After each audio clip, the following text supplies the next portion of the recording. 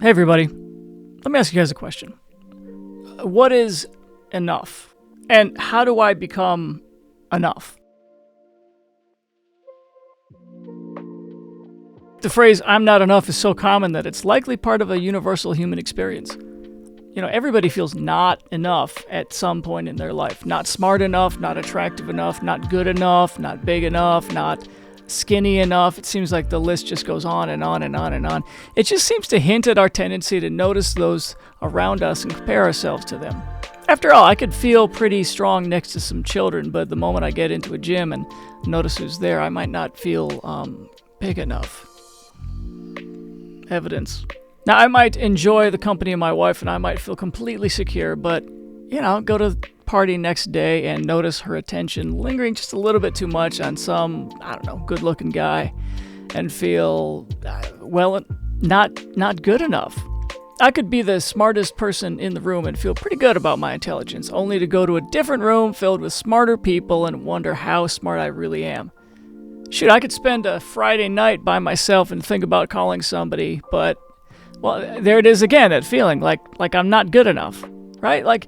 What is that phrase, not enough? It's so common. It's so rarely understood, even to those who use it. How do I know?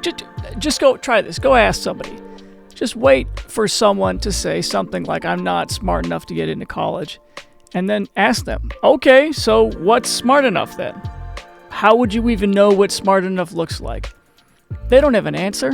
Find somebody who doesn't feel pretty enough and ask them, okay, so what's pretty enough look like?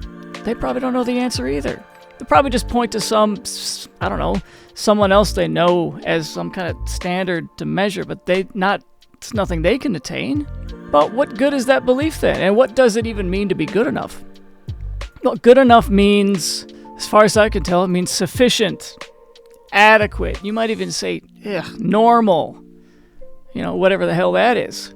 And what makes this belief so powerful is that this belief is implicit, which means it's a belief that's created not through reason, but through experience.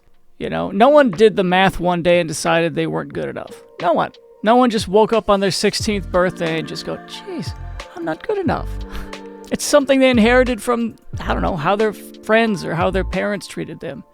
It may even be something that they were told. But, it's a difficult one to get rid of because it's the strongest kind of belief. It's just an assumed belief. Go ahead and ask yourself or somebody else how long they felt like they weren't enough. And, maybe they could answer, but they probably can't.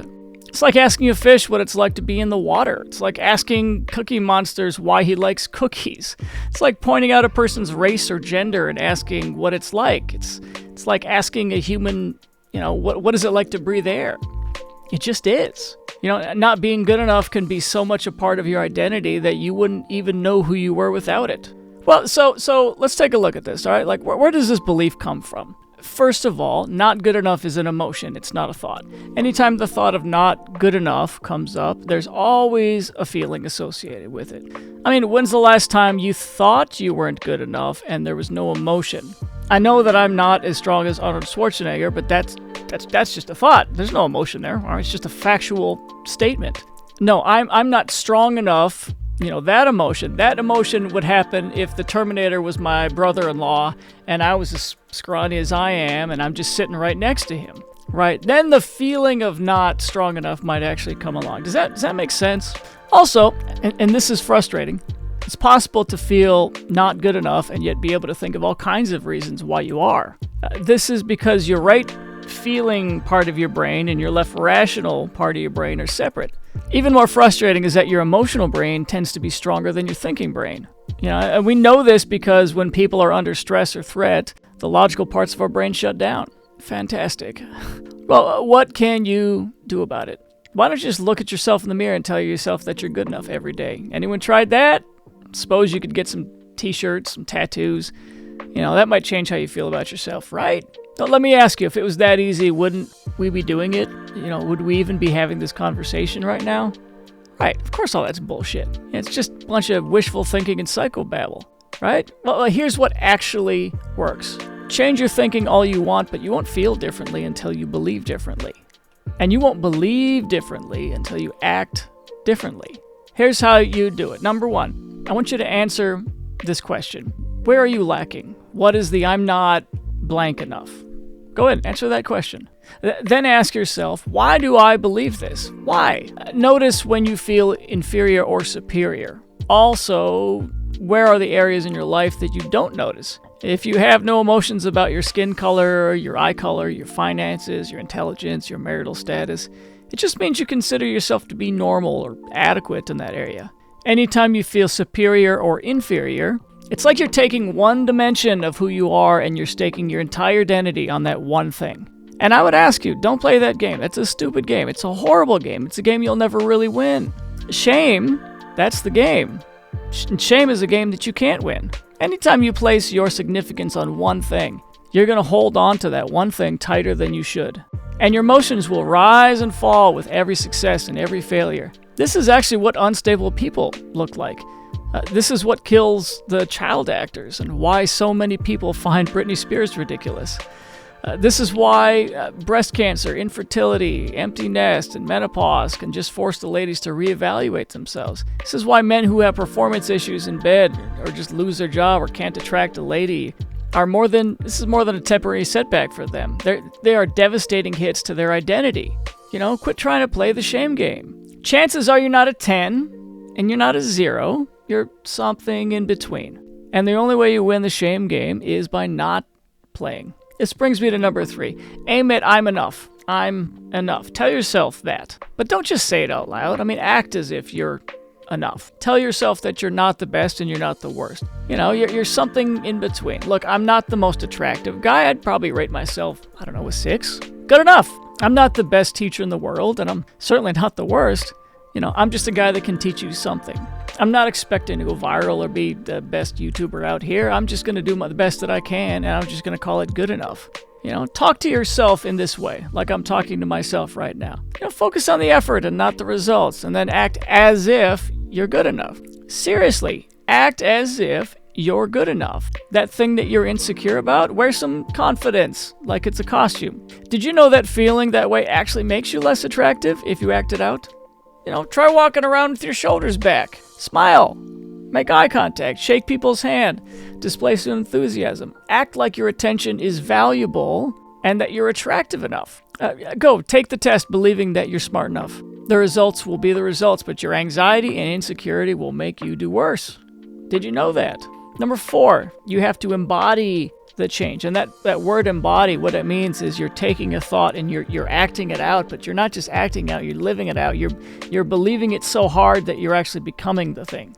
I recommend that you try even something like method acting. Method acting is just a form of practice where you study a character and you try to embody that character. And this is so powerful that it's possible that it reportedly, ended Heath Ledger's life by playing the Joker. I know this isn't a morbid example, but it's possible that if he had played Batman with the same intensity, maybe he'd still be with us. In actuality, it seems like everyone who's played the Joker has either mastered their dark side or paid a personal price for their attempt. Well, if that's true for the Joker, why don't you pick someone that you admire and just get into their skin for a while?